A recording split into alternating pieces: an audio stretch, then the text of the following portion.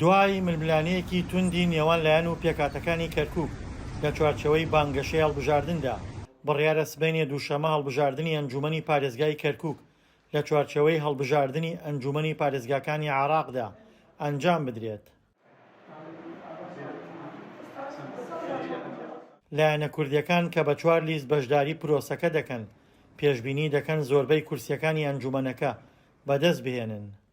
من ناتوانم ژمارە لە خۆمەوە بڵێم چونکە هەڵبژاردن بۆ خۆی مفاجعاتی تایە، بەڵام لەگەڵ ئەوە شایە کەرکووک شاری پێکەوە ژیانە هەموو لایەکمان ئەگەر هەمووی هەر 15 کورسیەکە یەک پێکاتە بیهێنە یا یەک حەزب بیهێنێ پێم وایە سەرکەوتوو نابێت. پێشبینیەکانم ئەوەیە کورد زۆرینە ئەبێ بە تەکید لایەنەکانی ترش بەشێکی دێنن کۆتایەکمان هەیە بۆ مەسیحەکان، بەڵام کورد زۆرینە ئەبێ وەکار بە تەکید بۆ ئەوە ئەکەین دەسەڵات لەم شارە بگۆڕێ. عەرەبی سوننە بە 3 لیستی سەرەکی بەشداری هەڵبژاردننی ئەنجومەنی پارێزگای کەرکووک دەکات. ئەوان 6 ساڵە دەسەڵاتی پارێزگاکەیان لایە و دەیانەوێت پارێزگاری لە دەسەڵاتەکانیان بکەن و لە هەڵبژاردندا نەیدۆڕێنن.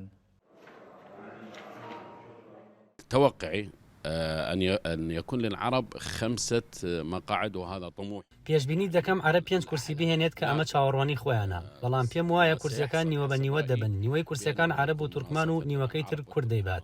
يأخذون نصف المقاعد والطرف الكردي سيأخذ نصف المقاعدين. تورکمانەکانیش بە 2 لیست بەشداری هەڵبژاردن دەکەن، لیستی بەرەی تورکمانی کە چاوی لە 2 کورسیە، هەروەها لیستی تورکمانە شیعەکانی سەر بەلایەنە شیعەکانی عێراق ئەوانیش چاویان لە بەدەستهێنانی کورسیەکە کە دەکاتە 3 کورسی، بەڵام لە ڕاگەیاندنەکانەوە شتێکی تر دەڵێن.